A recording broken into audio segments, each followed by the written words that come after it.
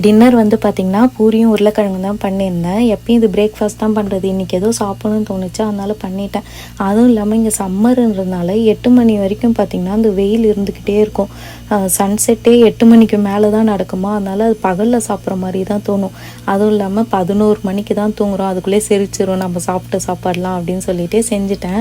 நான் எப்போல்லாம் சப்பாத்தியோ பூரியோ உருட்டுறனோ அப்போல்லாம் என் பாப்பாவும் கூட வந்து சேர்ந்து உருட்டி தருவாங்க சின்னதாக.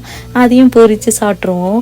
அப்புறம் நிறைய பேர் கமெண்ட்டில் வந்து ஹேரை வந்து லூஸில் விடாதீங்க, கட்டிட்டு சமைங்க அப்படின்னு சொல்லிட்டீங்க. நான் இது வரைக்கும் கட்டந்தே கிடையாது.